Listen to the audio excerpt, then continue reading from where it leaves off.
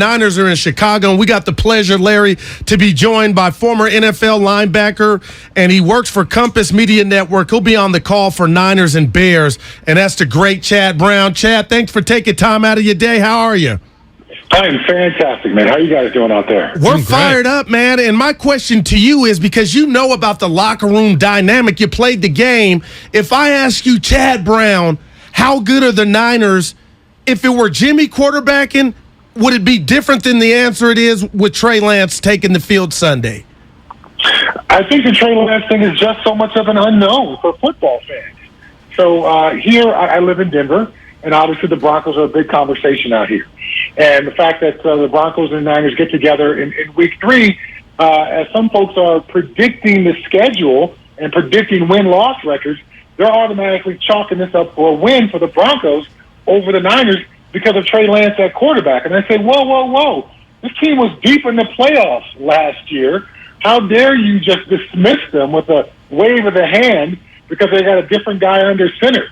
It's still great players everywhere. There's still Fred Warner. There's still Nick Bosa. There's still Eric Armstead on defense. There's still George Kittle on offense. Let's not forget about those guys just because a different player is lining up under center. No doubt. I would expect a run-heavy game plan with Trey Lance in there at quarterback. What are you looking for as a guy who played defense at a high level in this league from Lance that would tell you that he's either on the verge of making an impact in this league or a mile away from it? Third down is always the most telling down for quarterbacks. First and second down, the defense is not always sure whether it's going to be run or pass. The defensive play call may not be dialed in specifically. But once it's 3rd and 6 plus, 3rd and 8 plus, then the defensive coordinator has a pretty strong idea you are going to pass the football. He's going to roll out his best pass defense. So the quarterbacks who can excel in those situations, when you aren't successful on 1st and 2nd down, and you got to be able to throw it on 3rd down, those are the best quarterbacks in the league. Those are quarterbacks who defensively, we were in the right call, but you found a way to complete the pass. Those are the guys that give you worry. So I don't think Trey's going to be there just quite yet, particularly in week 1. But that's what I would be looking for him to eventually develop into. Doesn't have to be a 68% passer. Doesn't need to be Drew Brees or Aaron Rodgers. But low 60s is good. But again, on 3rd down, can you consistently be successful? You're listening to Steiny and Guru right here on 95.7 The Game. We got the pleasure to be joined by Chad Brown, former NFL linebacker, works for Compass Media Network. He'll be on the call for the Niners and Bears.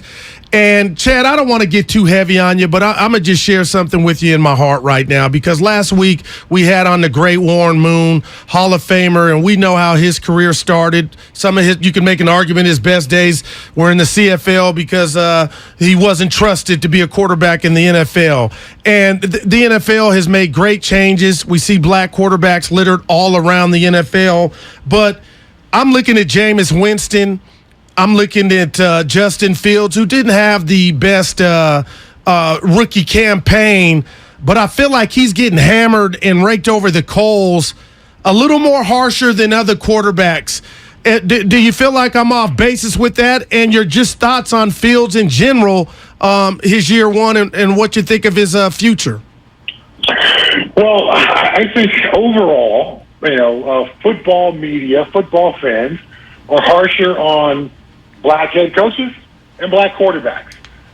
So if we're going to, keep it real, let's keep it real. White quarterbacks get a chance to develop. There's I think a lower expectation for some of these guys. They get a chance to get recycled into other stock before fan bases give up on them.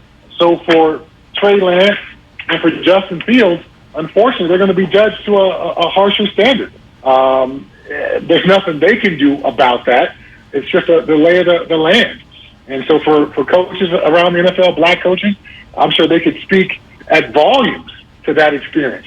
The more harsh treatment, the more harsh judgment, the less of a ramp-up window to get their program going. So these quarterbacks, I suppose they could be sad about it, but they could also talk to those coaches who tell them, hey, man, this is the lay of the land. Until things change, we got to somehow find a way to play up to this higher expectation level and this higher standard. It's specifically Go ahead. Oh, I was just going to say it's sad, but I do believe it's true. I do believe it's true. I think it is incredibly sad. I wanted to ask you, Chad, because I studied your career. I watched you at Colorado, and I watched your entire NFL career. You played for some of the defensive coaches I respect the most. I mean, Dick LeBeau, Bill Belichick. I mean, how would you compare? I mean, who taught you the most about playing defense in the NFL? Was it LeBeau in your early years? Was it Belichick? How would you describe or compare those two gentlemen? Wow. Coach LeBeau may be the coolest human being ever to exist on the planet. He played with the Detroit Lions, so he grew up around all the Motown guys. Almost every single meeting, there's a Coach LeBeau story from the past, which is just awesome and fascinating, about kicking it with Marvin Gaye or whatever the case may have been. Coach LeBeau plays the guitar. So it's a little bit of football. It's a little bit of life lessons. It's a little bit of successful philosophy with Coach LeBeau. Certainly learned a lot from him defensively. But in the end, Bill Belichick, in my time there, I didn't get to New England until I was in year 13. I learned more in year 13 about some of the simple things about winning football games that I learned in the previous 12 years combined. Wow. I thought I was up to speed with all these things. But just some simple things. Like so often, if you watch an NFL game or even a college game, a team will call a timeout at the last second. And what did the announcers say? Oh, my gosh, they're all out of sorts. They wanted to call a timeout because they saw something they didn't like. No, they're doing what Coach Belichick calls a Kodak moment. In that Kodak moment, you want to allow your opponent to come out of the huddle, do their motions, see their formation, and then you call a timeout at the last second because we just got a beautiful snapshot of what you wanted to do on this play. You hold a timeout for some super critical situation in the ball game, late in the fourth quarter, 2-minute drive, big third down somewhere in the game, and then you use your timeout in that moment to get a look at that play. Chances are your opponent only has a couple of plays on his play sheet for that particular situation. Guess what? He probably called his favorite play first.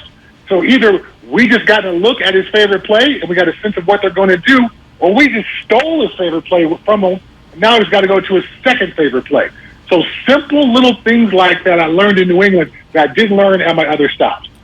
Wow, that's impressive.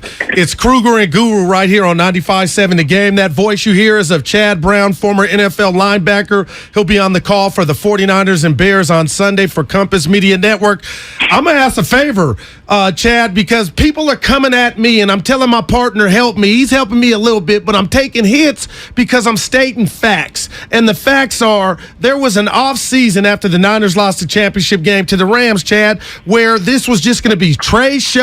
Jimmy was gone. Jimmy said his bye-byes, and all of a sudden, Jimmy is still here. And I'm just saying, what if the first-year starter in Lance gets off to a slow start? Can you talk about the player dynamic in the locker room if some veterans maybe go to the coaches and say, hey, we're 4-6 or 5-5, we need Jimmy in there? Is that a bad thing to assess? Is that reality? Because that's what I believe it is. Well, yeah, so for John Lynch and for Kyle Shanahan, they've set up an odd situation there, clearly. And for Trey Lance, you want him to be fully focused on moving forward. It's hard to be fully focused on moving forward if you got somebody right there behind you who has had success, who some guys in the team may still think is the best opportunity for them to win, to go with that guy. And clearly the fan base is going to be involved in this. You lose 2 in a row, there's going to be cries for Jimmy G. So it's an odd situation. Kyle has got to play that locker room exactly right. I've been involved where there's been a split in the locker room between Mike Tomczak and Cordell Stewart, between Matt Hasselbeck and Trent Dilfer in Seattle. And, yeah, guys begin to take up sides. And I won't say it'll rip a team apart, but it'll start to pull at the seams. And it starts to create a little bit of doubt. And as soon as the guy who the coaches proclaim as a starter throws an interception, those guys who are rooting for the other guy, they roll their eyes on the sideline and they say, see, this is why we should have went with the other guy. See, this is why. And what maybe one guy's a little bit more turnover prone than the other. When Matt Hasselbeck was young in Seattle, he turned the football over. So defensively, we all wanted Trent Dilfer to be the starter. He was a cleaner playing player, less turnover prone. So when Matt would have an interception, we would go on the field all rolling our eyes like, come on, man, put Trent in the game. This shouldn't be happening. We shouldn't be going on the field right here. That's the kind of potential dynamic that can exist when you have a two-quarterback situation like Trey Lance and Jimmy Garoppolo. Yeah, there's no question. Wow. And then that is the fear. Chad Brown with us as we talk a little bit about Sunday's game, and he'll be on the call. Very interesting teams, two young quarterbacks, two young offensive lines. Do you see a scenario, Bears switching from a 3-4 to a 4-3? Kyle's known as a ruthless play caller, and he'll pick on some defensive player and make him the conflict defender and try to exploit him in pass coverage. Who do you think that may be on this Chicago defense? Wow. I got my game boards for this game, and I started going over the defensive lineup for the Bears. It's like, okay, outside of Robert Quinn and Roquan Smith, who's really a well-known household name? Not very many guys. So if you're Kyle Shanahan, I think you kind of got your pick there. You mentioned the transfer over from one style of defense to another. There's always learning curves that occur when you do that. Assignment responsibility issues, particularly in game one, that can come out. And I'm sure Kyle is going to test the edges. That's when you're an outside zone team. You want to test the edges.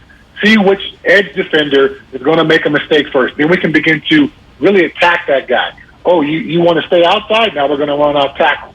You want to overcommit off tackle? Now we're going to go outside.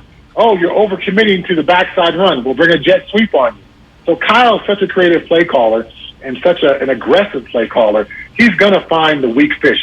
Who that's going to be, I don't know. But, again, if you're Kyle Shanahan, stay away from Roquan and Robert Quinn. And I think you got your pick after that. Yeah, seriously. Thank you so much, Chad. We know you're busy getting ready for the game. Had a good call, and we'll talk to you soon, man. I appreciate you guys having me on. Thanks a lot. Thanks, Chad.